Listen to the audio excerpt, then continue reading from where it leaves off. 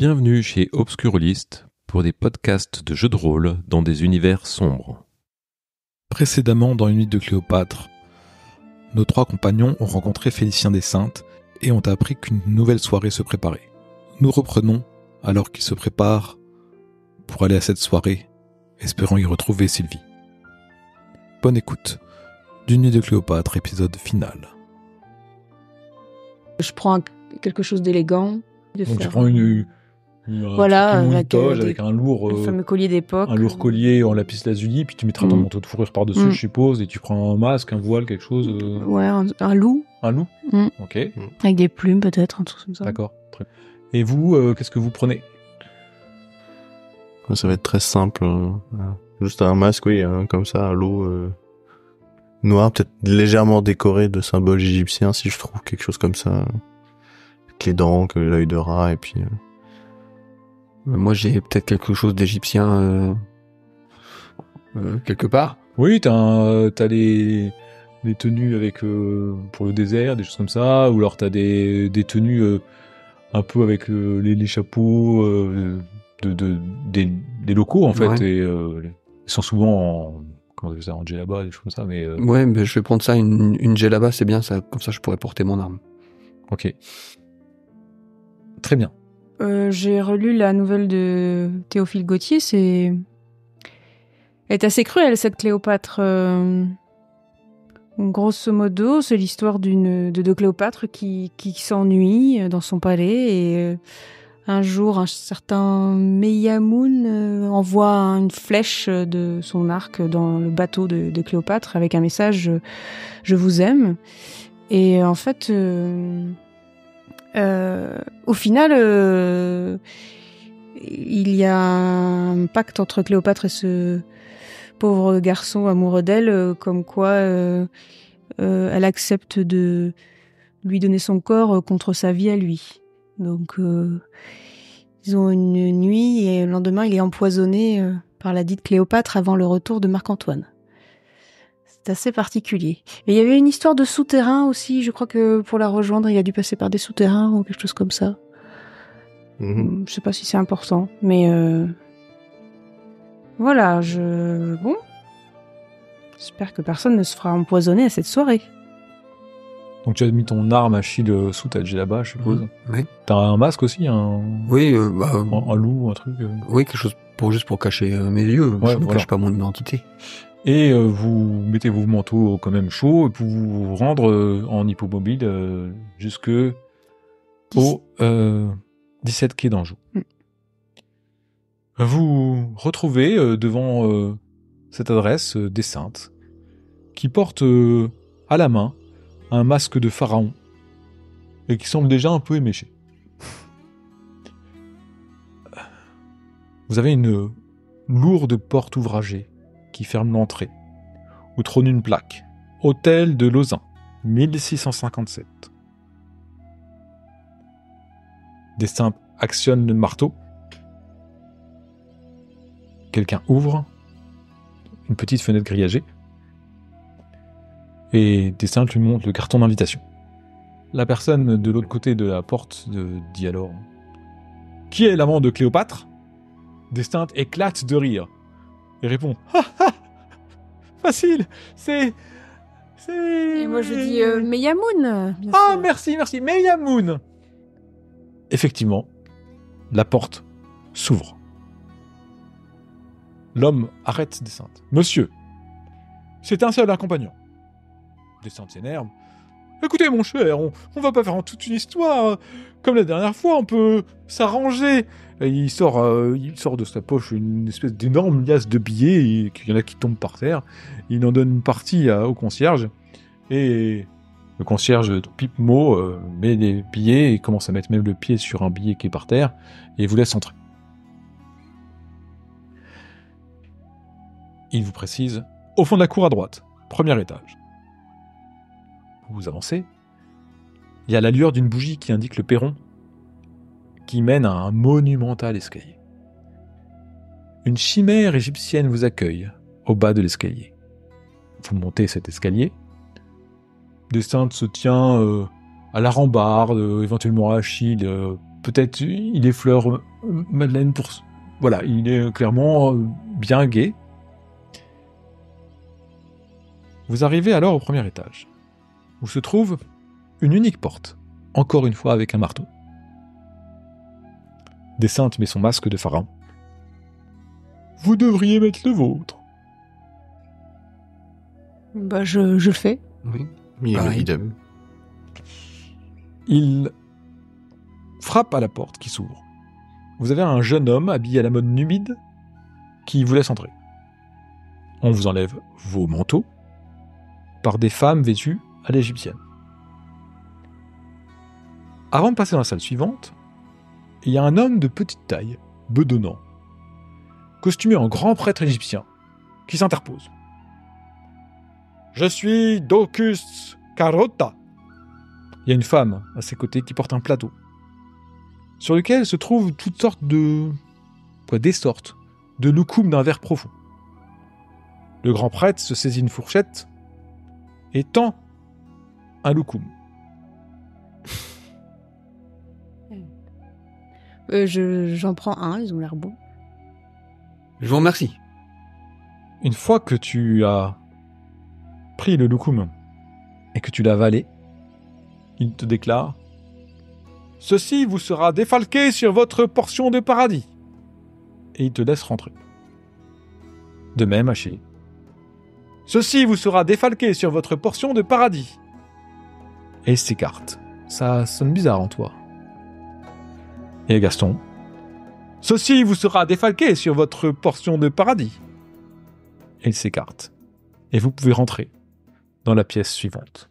La salle suivante, c'est une longue pièce, décorée à l'oriental, à l'égyptien. Il y a des tentures qui dissimulent les fenêtres.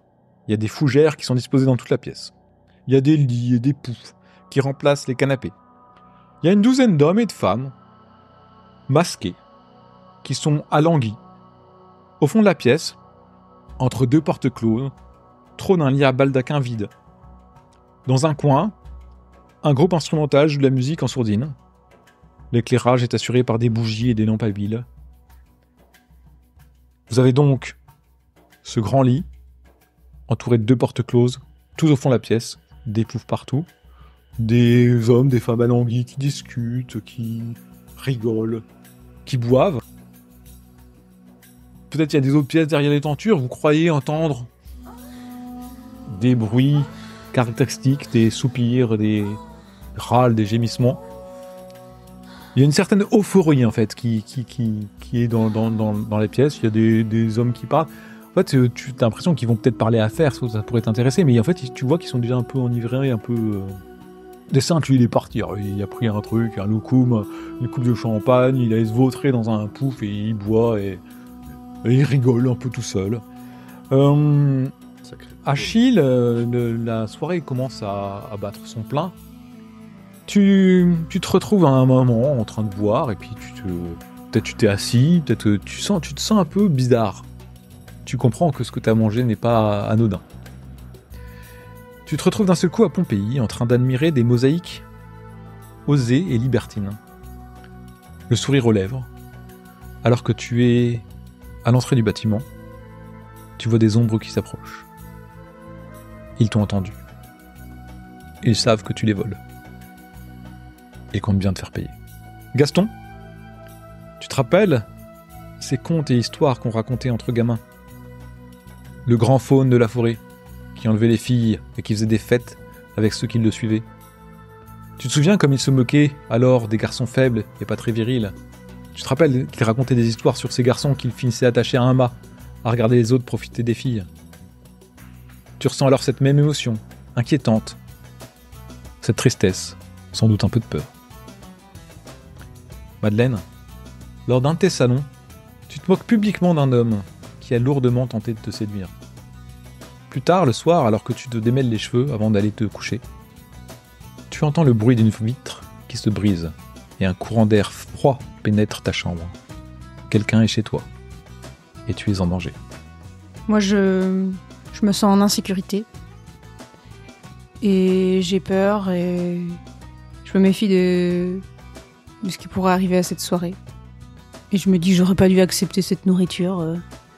je vais essayer de ne rien manger d'autre de la soirée. Ouais, je pense que c'est la peur qui va plus parler. Je prends peur et je vais essayer de trouver un coin pour rester tranquille et que personne vienne m'embêter. D'accord. J'interprète ça comme un signe et je me dis que quelqu'un sait que je suis pas là, je suis pas à ma place et que, qu'on sait qui je suis, quoi. D'accord. Donc en fait, Achille, toi, t'es un peu en train de regarder partout pour trouver qui te connaît. Madeleine, toi, t'es un peu alerte et tu te méfies de toute nourriture et toute boisson et t'essayes de regarder, d'analyser un peu cette scène pour savoir d'où va venir le danger. Et toi, Gaston, t'essayes de trouver un endroit où être tranquille alors que tu sens que la main d'un homme se pose sur ton épaule, tu te retournes, l'homme porte juste un pagne en fait, et il te sourit benoîtement et essaie de t'entraîner quelque part. Tu refuses et t'essayes de te mettre à l'abri. Docus Carota demande le silence, l'homme de petite taille. La plus grande souveraine d'Égypte, Cléopâtre, reçoit désormais. De la porte qui se trouve à gauche du baldaquin sort Sylvie, vêtue en Cléopâtre. Elle est accompagnée par une esclave qui la guide jusqu'au lit sur lequel elle s'allonge. Elle a une démarche erratique. Une fois installée, elle toise la salle d'un regard vide. Docus revient alors devant le lit. Sur cet étrange oreiller reposait une tête charmante, dont un regard fit perdre la moitié du monde, une tête adorée et divine, la femme la plus complète qui n'ait jamais existé, la plus femme et la plus reine, auquel les poètes n'ont rien pu ajouter et que les songeurs trouvent toujours au bout de leurs rêves. Il n'est pas besoin de nommer Cléopâtre. Mais la reine s'ennuie. Qui viendra animer la nuit de notre souveraine ? Alors là, dans la salle, vous entendez « Moi !» des cris « Moi ! Meyamoun, c'est moi !» Le grand prêtre lève la main. Un esclave lui apporte un arc et un carquois. Celui qui, comme Meyamoun, atteindra d'une flèche le centre de la cible placée au sommet de ce lit, obtiendra un tête-à-tête avec la reine. En effet, au-dessus du lit à baldaquin, il y a une cible. Pour déterminer l'ordre du tir, chacun est invité à tirer une carte de ce jeu. Et il passe entre les invités pour que chacun tire une carte.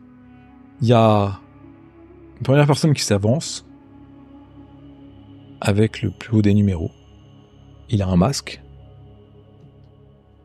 Vous voyez juste qu'il a un masque, il est en tenue habillée en fait d'égyptien mais qui monte assez haut. Vous voyez juste qu'il a une grosse barbe noire. Il prend l'arc, il tire. La flèche se fiche juste à côté de la cible. Il peste, il se retourne et donne l'arc à Docus Carota. Donc pareil, tu tires, paf, la flèche part, elle se fiche complètement à côté dans le mur au fond. Une deuxième personne arrive, c'est un homme qui porte comme une djellaba, un peu comme toi, Achille. Il est tout tremblant et il prend l'arc et il est assez mince. Il a un masque. Et tire. Bon, il est tellement maladroit avec son arc comme ça, qu'il tient comme ça, que la flèche tombe par terre. Donc tu tires, la flèche se plante dans un des piliers du baldaquin. Sacrée drogue. Arrive Déceinte avec son masque de pharaon, un peu titubant, il prend l'arc, il regarde à peine, et il se retourne vers la foule en même temps avec l'arc bandé, et il tire, et il tire au plat. Madeleine, on te tend l'arc. Ta flèche se perd quelque part dans une des tentures. Un autre homme prend l'arc, tire, pleine cible. Alors que la cible est touchée, un brouhaha se fait entendre. Le grand prêtre s'exclame « Meyamoun a réussi à atteindre le cœur de notre grande souveraine.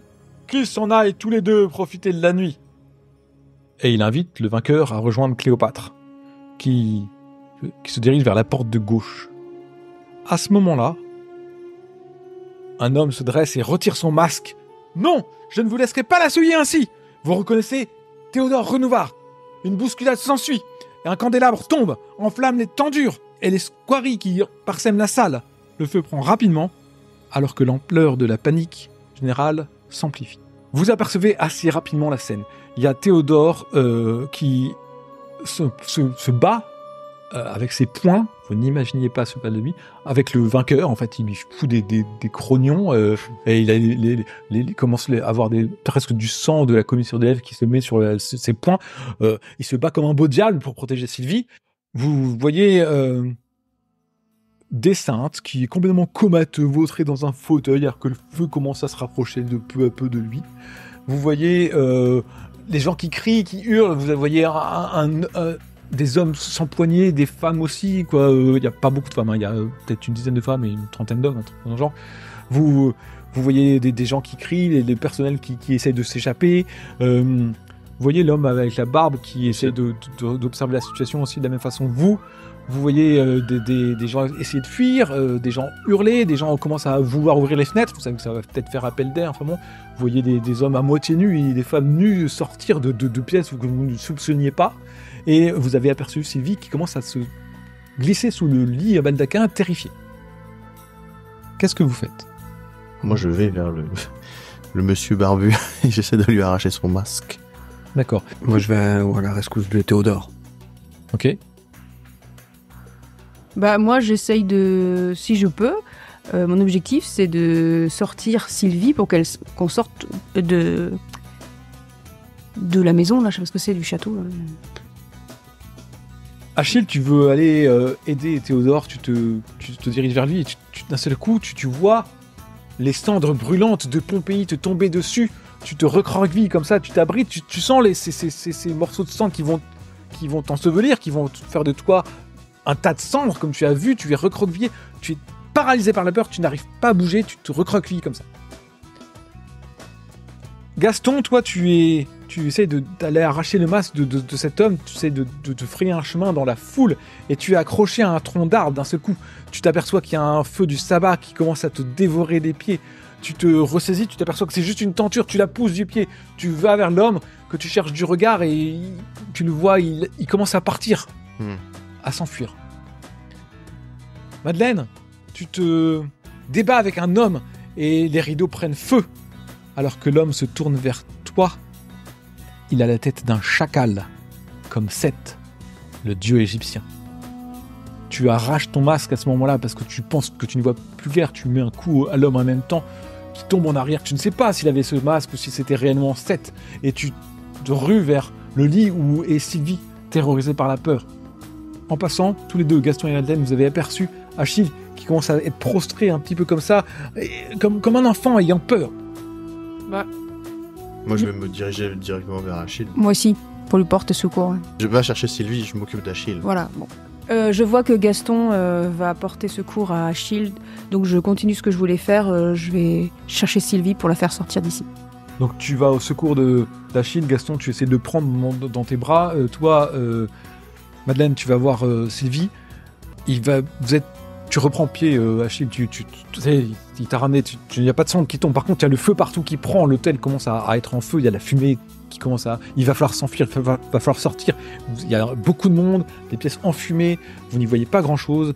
Tu t'aperçois, Gaston, que Achille veut se diriger droit vers une tenture en feu. Complètement fou, je le retiens, je le ceinture du mieux que je peux pour l'attirer de l'autre côté. Ok, tu essaies de le ceinturer, tu essaies de le retirer, ouais. Mais le brasier, la chaleur et c'est le truc que tu as mangé et qui commence à te faire tu vas perdre 1 constitution. Tu aperçois en fait la porte qui s'est ouverte par laquelle est venue Sylvie, tu te dis que peut-être qu'il y a une issue par là, tu essaies de guider Achille là, tu vois au passage que Madeleine tire Sylvie dessous le lit, une fois que tu lui as dit peut-être tu lui dis des mots parce qu'elle ne sait pas qui tu es à ce moment-là. Oui, je suis une amie d'Hubert. Je suis Madeleine de Boissieu, je ne sais pas si vous me reconnaissez. Je suis là pour vous aider, je vais vous aider. Qu'est-ce qui se passe? Un incendie! Et puis elle commence à s'accrocher à toi et tu la guides, tu vois cette porte ouverte, vous frayez un chemin, vous y allez, vous descendez, vous apercevez un escalier qui descend, sans doute l'issue. Ça vous fait penser très fort, Achille et Madeleine, à cet escalier que Nadia avait descendu. Ah oui. Vous descendez l'escalier, vous sortez dans la rue, vous entendez les pompiers qui arrivent, vous êtes à gare longeant dans le quai d'Anjou, vous voyez d'autres personnes qui sortent en criant avec des masques ou sans masque. Vous voyez même un homme nu sortir, une femme qui se cache sa poitrine comme elle peut. On a l'impression d'avoir des énergumènes comme ça qui sont en pleine rue dans un froid glacial sortir de cet immeuble. Vous essayez de vous éclipser au maximum, peut-être vous longez le quai pour essayer d'attraper une hippomobile qui pourrait te raccompagner chez vous, chez toi Madeleine. Vous longez donc ce quai d'Anjou qui donne sur la Seine, et en contrebas, vous apercevez la silhouette d'une jeune femme, aux cheveux courts, légèrement vêtue, qui vous dévisage et qui vous envoie des baisers, avant de se laisser tomber en arrière, dans l'eau sombre. Épilogue. Vous avez sauvé Sylvie. Vous l'avez ramenée chez toi. Vous l'avez plus ou moins rassurée. Elle ne se rappelle pas de la soirée, elle se rappelle de rien. Et elle aussi, sans doute, était droguée et tu t'étais promis d'avertir Hubert que tu avais retrouvé Sylvie, tu le fais, même si tu sais que c'est peut-être pas une femme qui est pour lui, mais... J'aimerais bien discuter avec elle avant quand même, hein, pour bien comprendre ce qu'elle veut et où est-ce qu'elle va et pourquoi elle était là. En fait, là, elle est dans un état complètement...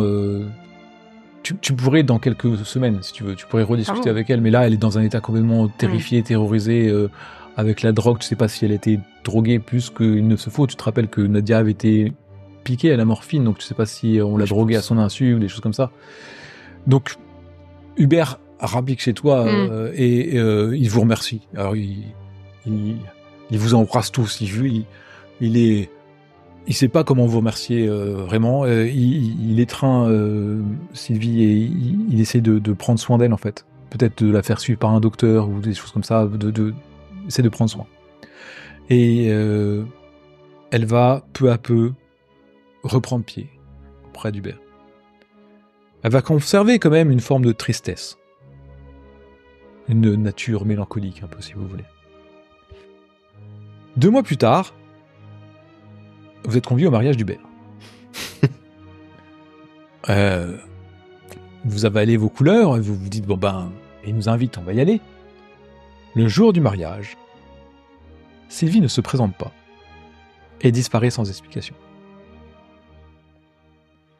On ne vous la fait pas. Vous essayez de consoler encore une fois ce pauvre Hubert, et peut-être que vous avez l'idée d'aller remonter des pistes, peut-être aller voir Monsieur Dessaintes, qui avait l'air de bien connaître Sylvie. Et il vous confie qu'effectivement, elle s'était réfugiée chez lui, le jour de son mariage, qu'il lui avait confié ses craintes de rendre Hubert malheureux. Elle lui avait demandé de l'argent pour quitter la France. Elle fait partie de ces personnes qui, malgré leur souffrance et leur malheur, ne se sentent pas dignes de recevoir la grâce du bonheur. Marquées du sceau de l'infamie, elles ont vu la réalité en face et ne se font plus d'illusions. Elles sont condamnées à errer jusqu'à ce que le grand Dieu Pan les rappelle à lui. Évidemment, il a aidé Sylvie. Quelques semaines plus tard, Hubert reçoit une lettre. Mon très cher, je m'en suis allée et je ne suis pas triste, même si je sais qu'en faisant cela, je te cause une peine immense. Notre bonheur fut une perspective qui tint un temps mes démons et mon passé éloignés. Mais je les sens reprendre le dessus, et je ne souhaite surtout pas qu'ils te hantent aussi. J'ai préféré partir pour t'épargner. Je t'aime assez follement pour renoncer à toi. Peut-être nous reverrons-nous dans nos rêves. Sylvie. Antonin Arbode, vous n'avez pas croisé au mariage, il s'est fait très discret, vous n'avez plus de nouvelles de lui. Vous ne savez pas si Théodore est encore en vie, ou s'il est rentré dans sa famille. Vous n'avez eu aucun cas de l'incendie de l'hôtel dans la presse les jours qui ont suivi. Quelques mois plus tard, Dessein sera retrouvé mort à son domicile d'une overdose. Et vous, Madeleine de Boissieu, Gaston Battier, Achille Pérignac, qu'est-ce que vous avez fait après ces événements ? Je suis certainement parti à la recherche d'antiquités. Et peut-être plus spécialement en Égypte, ou alors peut-être plus spécialement en évitant l'Égypte, en fonction de comment je me remets de cette soirée, justement. Mais en tout cas, oui, je repars loin, vivre des aventures pour essayer d'oublier tout ça. Moi, je pense que je vais me replonger dans l'écriture et peut-être plus à raison dans l'écriture politique. Essayer de faire fructifier mes petites connaissances que sont Bébert, le chat noir de l'Est, et pour essayer d'oublier un peu tout ça aussi. Et essayer aussi de recontacter Eugénie Blanchet via l'aide d'Hubert pour peut-être faire éditer d'autres textes. Je suis assez dubitative.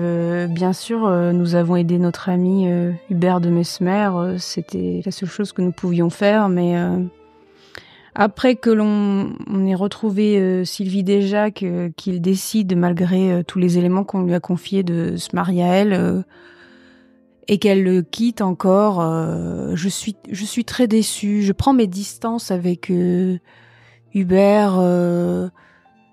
Voilà, je trouve que c'est pas sérieux, et moi j'ai un nom à tenir, une réputation. Je continue quand même mes soirées mondaines et les séances de spiritisme, parce que je me souviens de l'ombre de Nadia que nous avons vue, et je me souviens de la corde qui entourait le pied de ce fameux Augustin, et je me dis que c'était son esprit qui nous a aidés, et que donc les esprits peuvent être bienveillants. Et voilà, et je suis un peu, je mets mes distances avec Hubert sans complètement couper les ponts, mais j'aimerais bien qu'il réfléchisse un peu à tout ça et que il en tire des leçons pour pas salir son nom. Et ainsi se termine Une nuit de Cléopâtre. Merci pour votre écoute. Nous espérons que vous avez apprécié l'écoute de ce podcast. À bientôt sur Obscurolist.